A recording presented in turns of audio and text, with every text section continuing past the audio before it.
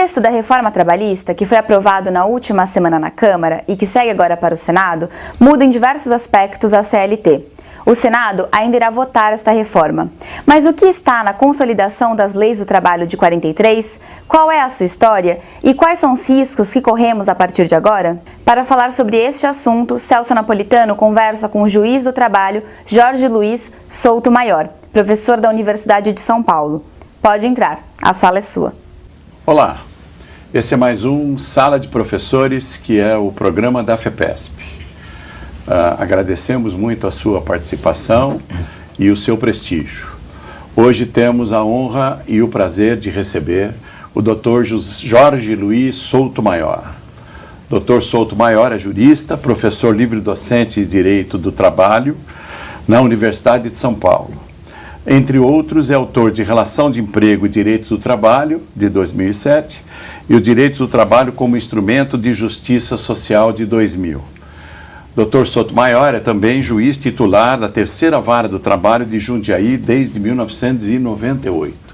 Dr. Souto Maior, muito obrigado pela sua presença. Eu que agradeço, Celso, a oportunidade de estar aqui para conversar com vocês, né, com todos os nossos ouvintes, sobre esse tema tão importante, né, que é esse que diz respeito à reforma trabalhista.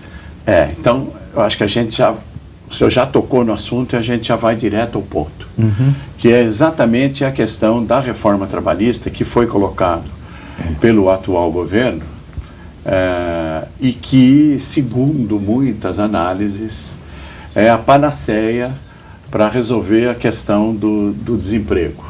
Dizem vários analistas que a legislação do trabalho brasileira é muito rígida e que com isso desestimula o investimento, desestimula a contratação, desestimula o trabalho com carteira assinada. Como o senhor vê essa afirmação dos analistas? Eu vejo, bom, a gente tem que ver de que analistas nós estamos falando, sim, né? De fato, os analistas que apontam. Mas com que substância, com quais fundamentos sim, eles falam, né? Quando essa questão se coloca, me põe diante dessa questão como uma pessoa que estuda isso há 30 anos, né? E que tem uma dedicação do ponto de vista da atuação na magistratura e como docente, né? E pesquisador, que portanto essa pergunta me traz muitos questionamentos, né? E acho que o questionamento principal, né, que essa pergunta sugere o que constitui efetivamente a sociedade brasileira, né? O direito do trabalho, a legislação do trabalho no Brasil, o estudo dela e a discussão a respeito desse assunto nos permite compreender um pouco do que é a sociedade brasileira, ou seja, do que é a história do Brasil, né? Uma história de 388 anos de convívio com a escravidão, né?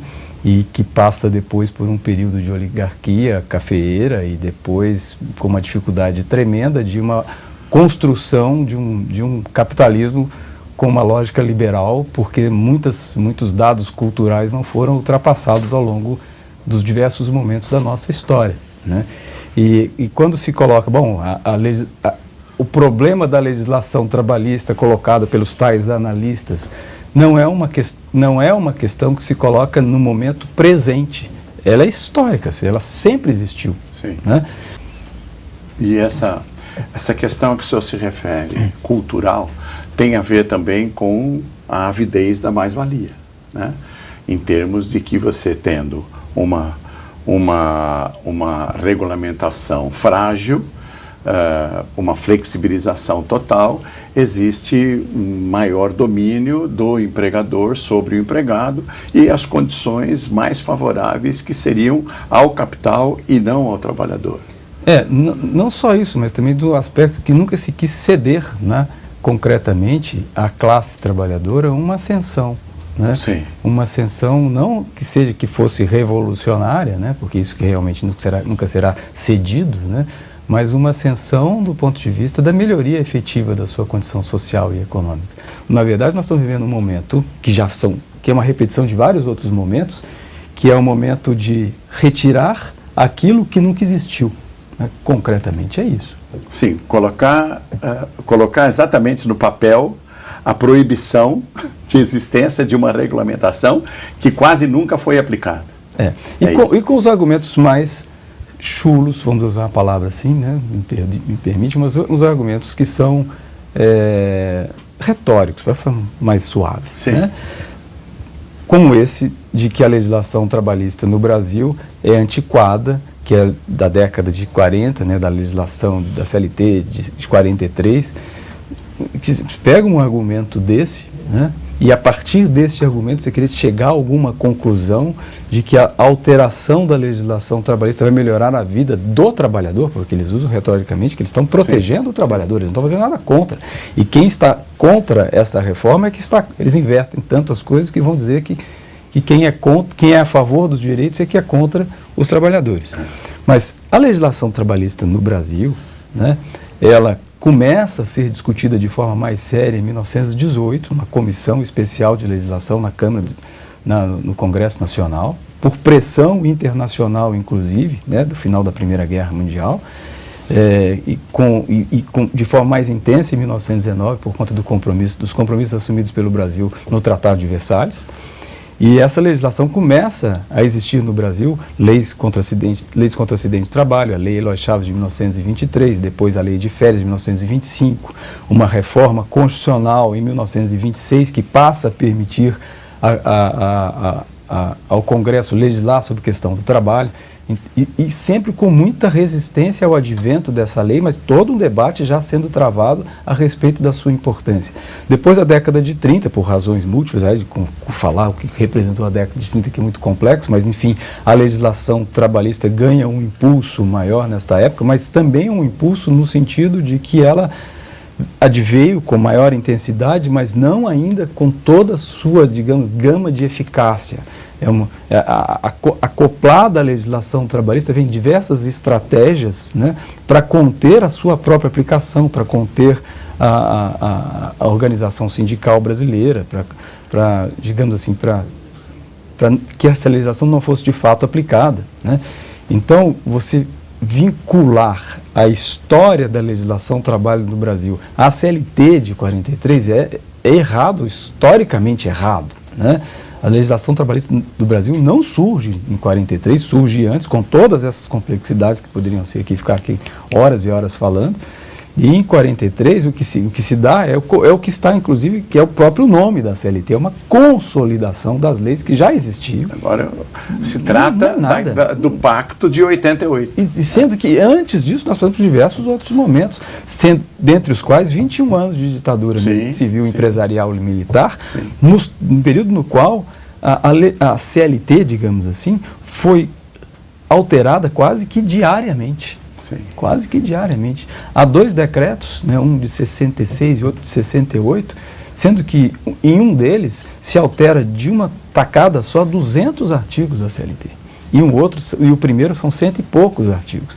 Então, como as pessoas conseguem, com tudo isso que aconteceu ao longo dessas décadas, ainda virem com o argumento de que o que regula as relações de trabalho no Brasil é a CLT de 43, fascista, que é fascista, da Carta de Lavoro, da Carta de Lavoro.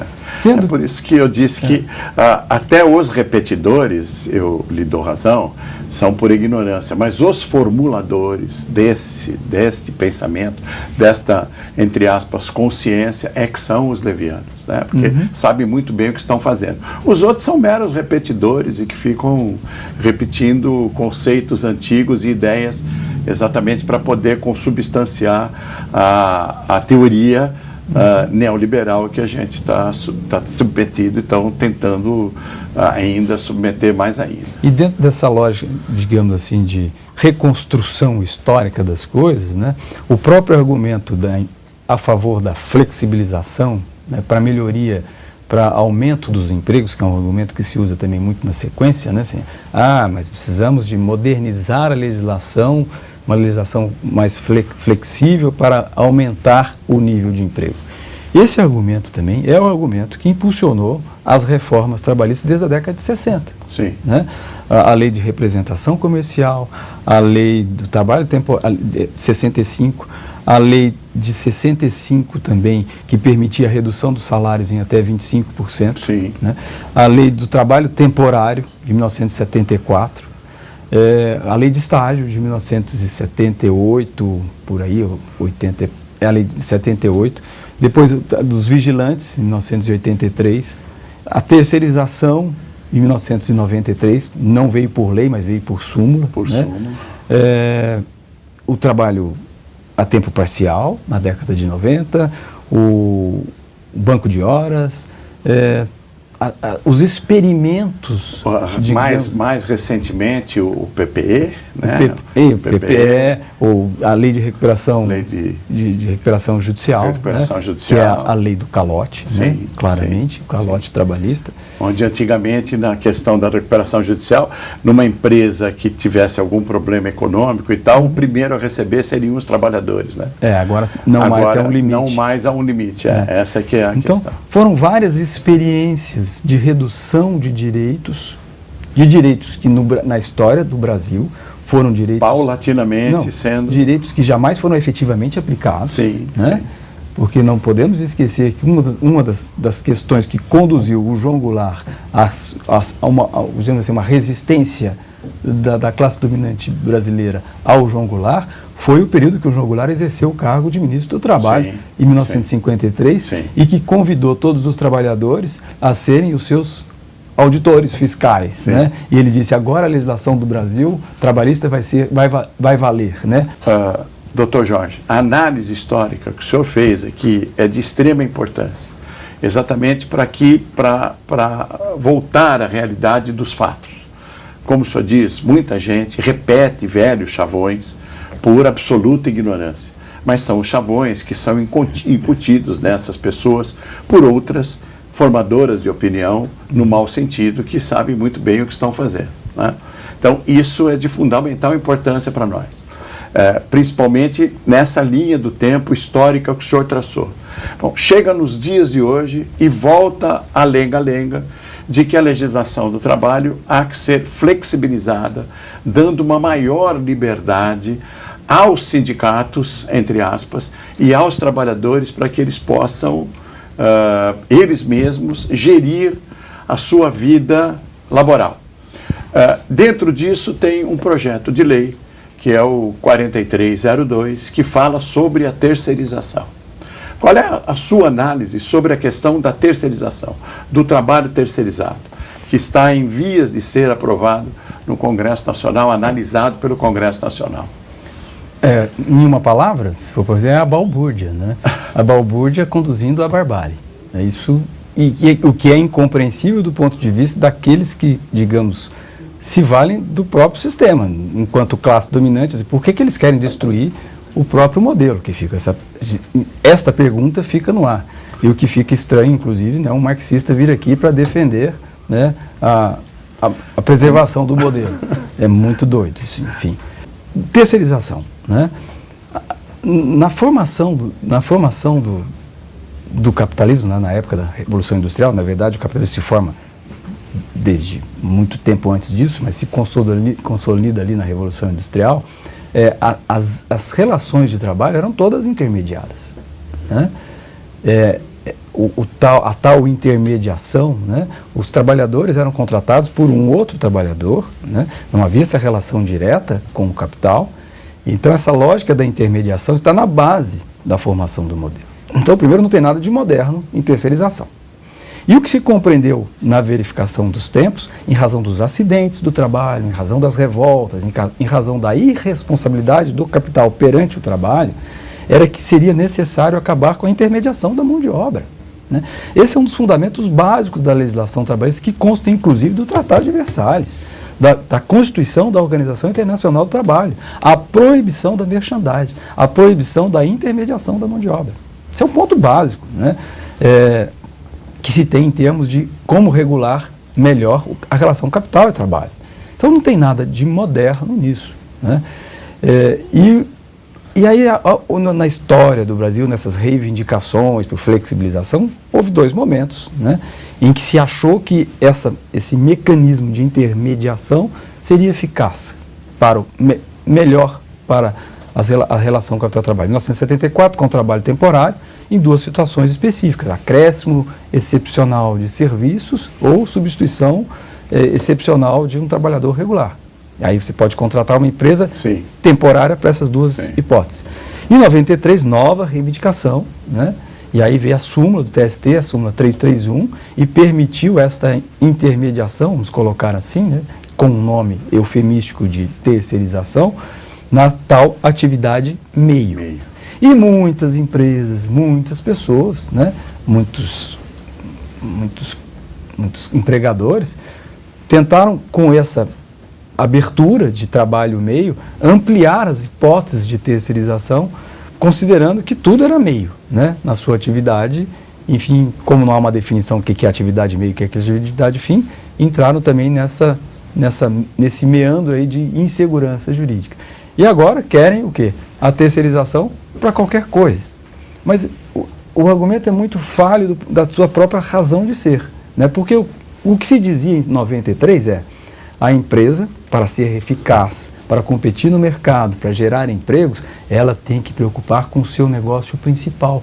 Não tem por que a empresa ficar gerindo questões que não constituem o seu negócio principal. Basicamente, vigilância, segurança, limpeza. O que não é a finalidade, sim, pode ser terceirizado. Esse é o argumento fundamental. E agora, queremos terceirizar tudo. Ué, mas a essência da empresa não é preocupar com a sua atividade principal? Então, se vai terceirizar tudo, o que é a empresa, afinal? Vai entregar a gestão da sua atividade principal, sim, a uma outra empresa. Aí você fala, então, uma escola, né, já que estamos aqui, sindicato dos professores, que vai contratar, então, os seus professores por uma interposta. E amanhã vem o Jorge, depois da manhã vem o João. Independente, mas se uma escola faz isso, ela não é uma escola. Sim. Né? Ela é qualquer coisa, menos uma escola. Sim. Né? Porque ela contratou uma escola. Né? É verdade. Ela deixa de ser a escola. Né? É verdade. Ela é só gerenciadora do capital. Né? Então não é mais escola. Né? Ah, não, mas aí dirá alguém, e sempre alguém, já participei de alguns debates sobre isso, quando eu desafio, bom, então quer dizer, o piloto do avião vai ser terceirizado, a aviação vai terceirizar o avião, terceirizar o piloto. O piloto. O hospital vai terceirizar o médico. Bom, aí a sujeito fala, não, mas as empresas responsáveis não vão fazer isso.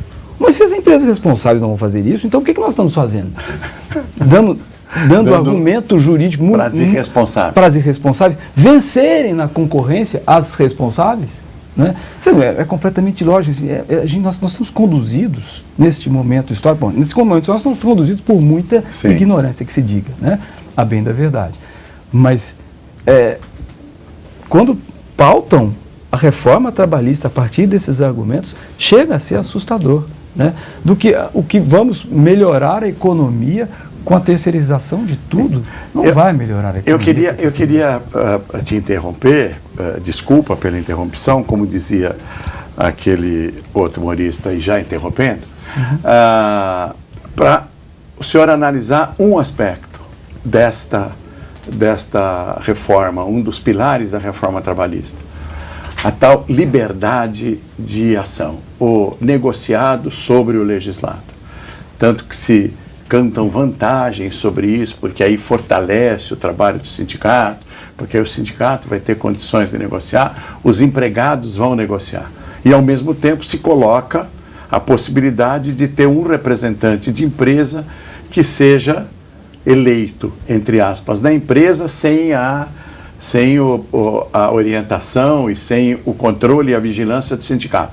Como é a sua visão do negociado sobre o legislado? Nosso tempo é muito curto, essas questões são muito complicadas. Nós já estamos estourando, o pessoal está bravo, mas a gente pode... Então vou tentar resumir. Vou responder por um aspecto só, né? Seriam vários. Vamos dizer assim que por esse aspecto, eu sou a favor do negociado superando o legislado. Muito bem. Desde que haja efetiva possibilidade de negociação, porque o pressuposto básico disso é liberdade, né? Igualdade da negociação. Então, tudo bem. E o que eles querem, no ponto de vista da modernidade, é a não intervenção do Estado nas relações de trabalho. não é isso? Então vamos falar, bom, se é isso, vamos ser a favor disso. Ó, como experiência, hein? Não, como experiência. Tá bom, vamos ser a favor.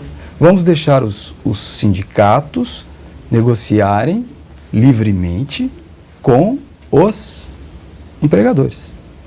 Significa dizer que eles terão liberdade sindical, que eles terão direito de greve, que não poderá haver intervenção do Estado nas greves e que não poderá haver dispensa dos trabalhadores sem justo motivo, porque em nenhum contrato civil isso é possível, a denúncia é vazia. Então, se é dentro desse patamar de igualdade que vale para os dois lados e de igualdade que vale para os dois lados, vamos deixar então os trabalhadores negociarem com seus... Liberdade sindical, garantia de trabalho e direito de greve. Pronto. Não, essa tríade existe a possibilidade não pode aqui não pode falar data, não pode falar ontem, nem hoje, nem amanhã, essa coisa toda. Mas no dia 15 de março, né, houve uma grande manifestação, um grande protesto. Eu prefiro chamar de protesto, que manifestação fica uma coisa meio bonita, né? Assim, um grande protesto. Né, no Brasil, no que se refere às reformas trabalhistas. Sim. Né? E previdenciárias. E algumas categorias de trabalhadores deflagraram greve, né, para participação desse protesto. O que fizeram os empregadores? Os trabalhadores, os empregadores que são maiores de idade, que são senhores do seu destino, que sabem negociar, etc., livremente, o que eles fizeram? Foram ao judiciário. Sim. Foram ao judiciário e pediram o quê? Declaração da ilegalidade da greve. E se valeram de multas milionárias impostas pelo judiciário para impedir que os trabalhadores exercessem a sua liberdade de não trabalhar para negociar politicamente o seu destino.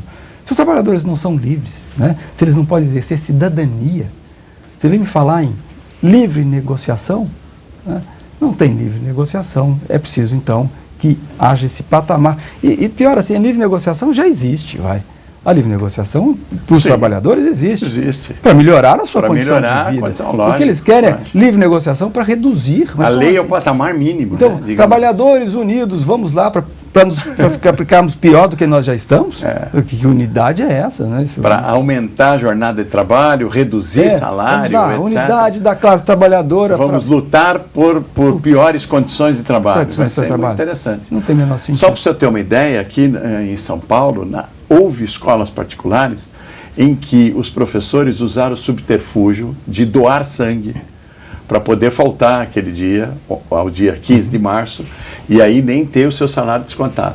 Nós tivemos relato de algumas escolas onde os diretores estão pedindo a relação das pessoas que foram doar sangue e que, muito possivelmente, com atitudes de retaliação e etc., que vem exatamente confirmar o que o senhor disse. Quer dizer, no momento onde não havia uma demonstração de protesto contra a empresa em si, um protesto contra uma legislação que está sendo proposta e que retira direito dos trabalhadores, onde não há nenhum risco àquela empresa, os empregadores também estão utilizando do seu direito, do seu poder econômico para poder subjugar os trabalhadores. Da opressão do Estado, eles não abrem mão. Não abrem mão, porque isso pode gerar comportamentos Eles querem negociar com os trabalhadores com a corda, com a faca no pescoço, né?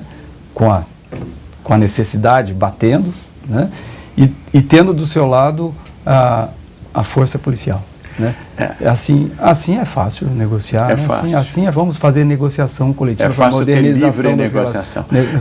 Sem esquecer de que ainda está em vigor a emenda 45 na reforma constitucional, em que, para que haja uma decisão judicial numa questão de conflito trabalhista, onde uma das partes não quer negociar, geralmente patrão, é preciso que haja comum acordo para que então as partes possam ir à justiça para pedir intervenção, até a conciliação, a mediação do Poder Judiciário. Mas não no que se refere a contestação da legalidade da greve. Ah, não. Aí no que não. se refere a isso, Aí não. Aí é só uma parte que vai lá. Só uma parte que vai lá.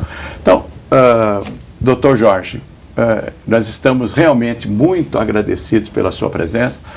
Eu tenho certeza de que essa sua participação aqui colocou realmente as coisas no lugar, principalmente, como eu já disse, pela sua análise na linha histórica do tempo, do que ocorreu com o direito do trabalho, já que o senhor é um livre-docente, pesquisador nesse assunto, e realmente agradecer muito a sua participação. Okay. Muito obrigado.